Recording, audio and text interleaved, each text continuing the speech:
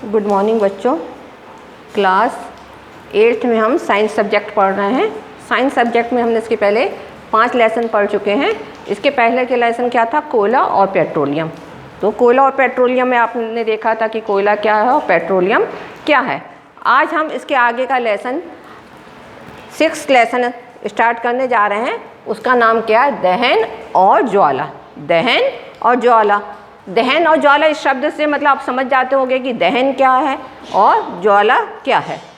तो आपने जब आप होलिका, जैसे होलिका में है ना, आप हम क्या बोलते हैं जब होलिका जलती है कि होलिका दहन हो रहा है। हम बोलते हैं ना होलिका दहन हो रहा है। तो जो होलिका दहन है लकड़ियों को जला के किया जाता है ना, तो लकड़ी का जलना क्या हो जाता है? दहन होता है। तो होलिका दहन, और जो उसके जलने से जो प्रकाश उत्पन्न होती है वो ज्वाला के रूप में उत्पन्न होती है। तो दहन और ज्वाला ना। तो दहन क्या है? दहन वह रासायनिक प्रक्रम जिसमें पदार्थ ऑक्सीजन से अभिक्रिया कर ऊष्मा देता है। दहन वह रासायनिक प्रक्रिया जिसमें पदार्थ ऑक्सीजन से अभिक्रिया कर ऊष्मा देता है, दहन कहलाता है। आपने अपने घरों में देखा होगा कि हम घरों में कौन सा ईंधन उपयोग करते हैं, और वाहनों में हम जो उत्पन्न करते हैं, हमने इसके पहले पढ़ा है कि जो पेट्रोलियम है और ये CNG गैस वगैरह है वो वाहनों में उपयोग, उद्योगों में और वाहनों में उपयोग की जा सकती है ना। तो ये क्या है? जो घरों में और उसमें वाहनों में हम उपयोग करते हैं वो क्या कहलाते हैं? ईंधन कहलाते हैं। जैसे तो मोटर गाड़ियाँ चलाने में कौन से ईंधन काम आते हैं, है ना, उद्योगों में कौन से ईंधन उपयोग में आते हैं, ये सब हमने इसके पिछले लेसन में पढ़ा है। अब जैसे गोबर है, लकड़ी है ना, कोयला है, काष्ठ कोयला और डीजल है, प्राकृतिक गैस, ये सब क्या है? ईंधन है। ये सब क्या है? ईंधन है। अब ईंधन क्या है कि रासायनिक प्रक्रम द्वारा जिसमें पदार्थ ऑक्सीजन से अभिक्रिया करते, दहन क्या है? दहन मतलब मैंने बताया जो जलता है, मतलब तो वह रासायनिक प्रक्रम जिसमें पदार्थ ऑक्सीजन से अभिक्रिया कर ऊष्मा देता है वो क्या कहलाता है? दहन कहलाता है ना। और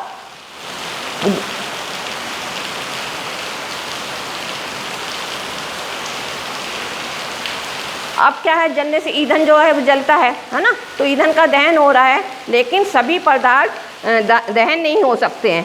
जैसे दहन पदार्थ ईंधन नहीं होते, सभी मतलब पदार्थ जो होते हैं ईंधन नहीं होते, जबकि सभी प्रकार के ईंधन दाहे होते हैं। सभी प्रकार के ईंधन दहन नहीं होते, लेकिन सभी प्रकार के ईंधन जो हैं दाहे होते हैं। जैसे एक आपने देखा होगा कि एक कपड़ा जलता है, एक कपड़ा जलता है तो कपड़ा ईंधन नहीं है ना। कपड़ा जलता है, कपड़ा क्या है? वो ईंधन नहीं है। कुछ ईंधन जलने के क्रम में क्या होता है? ऊष्मा के साथ साथ कुछ ईंधन के जलने के प्रक्रम में क्या होता है? ईंधन के साथ साथ हमें ज्वाला भी प्राप्त होती है। अब आपने देखा होगा कि जब एक मोमबत्ती और कोयले को जलाया जाता है, एक मोमबत्ती और कोयले को जलाया जाता है, तो दोनों के जलने में क्या है? फ़र्क है। आप क्या करोगे? जब मोमबत्ती को जलाओगे तो प्रकाश के साथ, ज्वाला के साथ जलती है। लेकिन जब एक काष्ठ कोयले को अब एक संडासी प्रकार लेकर जैसे मोमबत्ती की लौ के पास ले जाओगे तो क्या होगा? वो कोयला क्या होता है? धीरे धीरे सुलगता है। कोयला कैसा होता है? धीरे धीरे सुलगता है। तो कोयला धीरे धीरे सुलगता है, लेकिन मोमबत्ती एकदम से जलकर ज्वाला के रूप में जलती है और प्रकाश हमें देती है। तो इन दोनों के जलने में क्या अंतर है? क्या अंतर है? मोमबत्ती जो है वो ज्वाला के साथ जलती है और कोयला धीरे धीरे जलता है, ज्वाला के साथ एकदम से नहीं जलता है। इसी प्रकार मैग्नीशियम है, जो मैग्नीशियम क्या है? मैग्नीशियम को जब आप जलाते हो तो क्या होता है? मैग्नीशियम भी आपका मैग्नीशियम है वो भी ज्वाला और प्रकाश के साथ जलता और ऊष्मा प्रदान करता है। तो मैग्नीशियम जल के क्या बनाता है? मैग्नीशियम ऑक्साइड बनाता है। क्या बनाता है मैग्नीशियम जल के? मैग्नीशियम ऑक्साइड कहलाता है। तो इसके बाद हम देखते हैं ये दहन क्या है। तो दहन वह रासायनिक क्रिया जिसमें पदार्थ ऑक्सीजन से अभिक्रिया कर ऊष्मा देते हैं, दहन कहलाते हैं। मैग्नीशियम है, उसने वायु से क्रिया करके क्या बनाया? मैग्नीशियम ऑक्साइड बनाया। तो दहन वह रासायनिक प्रक्रिया जिसमें पदार्थ ऑक्सीजन से अभिक्रिया करके ऊष्मा देता है, दहन कहलाता है। दाह्य, अब ये दहन और दाह्य, जो पदार्थ वायु में जलते हैं दाह्य कहलाते हैं। जो पदार्थ वायु में जलते हैं वो दाह्य कहलाते हैं। जैसे आपने लकड़ी जलाई, कोयला जलाया, मैग्नीशियम, तो जो पदार्थ वायु में जलते हैं क्या कहलाते हैं? दाह्य कहलाते हैं। तो कोयला है, लकड़ी, ये सब क्या है? दाह्य। तो हम दूसरे शब्दों में ये कह सकते हैं कि जिस पदार्थ का दहन होता है उसे ईंधन कहते हैं, है ना। जिस पदार्थ का दहन होता है उसे ईंधन कहते हैं। ईंधन 3 पदार्थ ठोस भी हो सकते हैं, है ना। ईंधन क्या आपके ठोस भी हो सकते हैं, द्रव भी हो सकते हैं और गैस भी हो सकते हैं, है ना। तो अब जैसे ईंधन ठोस में आप क्या देखोगे, है ना, कौन कौन सा हो गया आपका? जैसे कोयला, है ना, लकड़ी इत्यादि, है ना, ठोस में। द्रव में आप क्या देखोगे? पेट्रोलियम हो गया, और गैस में जो प्राकृतिक गैस आप प्राप्त करते हैं वो हो गया। तो ये तीनों ईंधन जो है वो तीनों रूप में हमें तीनों रूप में प्राप्त होते हैं, है ना। ठोस, गैस और द्रव तीनों रूप में प्राप्त होते हैं। अब आपने यहाँ समझ लिया कि दहन क्या है ना।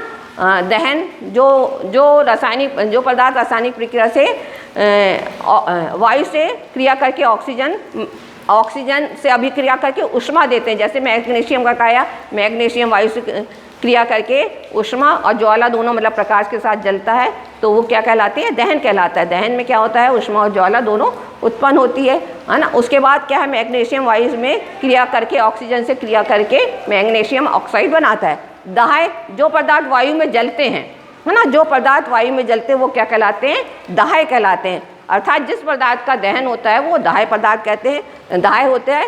और इन पदार्थों को हम ईंधन भी कहते हैं। तो ईंधन के प्रकार से कौन से होते हैं? ठोस, द्रव, गैस तीनों हो सकते हैं, ना।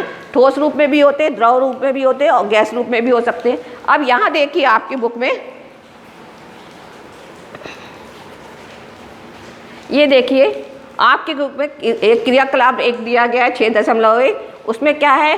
क्रियाकलाप क्या है? स्ट्रॉ है, माचिस की तीलियाँ, मिट्टी का तेल है, कागज, लोहे की कीलें, पत्थर के टुकड़े और शीशा आदि कुछ पदार्थ इकट्ठा करना है। और उसके बाद हमको देखना है कि इसमें कौन से पदार्थ दाह्य हैं और कौन से अदाह्य पदार्थ हैं। इसकी आपको एक सूची बनानी है। तो यहाँ पे आपको दिया गया है ना, तो आप यहाँ देखने में भी समझ आएगा। पहले हमने क्या है? क्रियाकलाप को हमने क्या करा? पहले पदार्थ हमने एक लिख लिया, फिर हमको इसमें कौन जो पदार्थ दाह्य हैं वो लिखना है और जो अदाह्य हैं वो लिखना है। तो आप यहाँ क्या लिखोगे?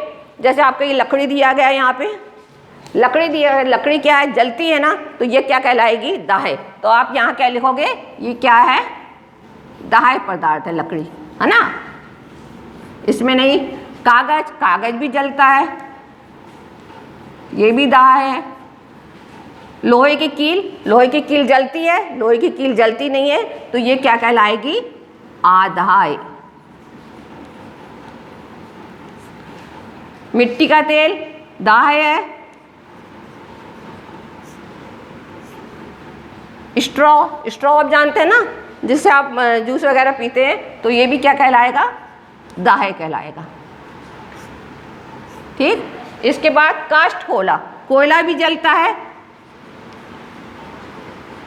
दाह्य।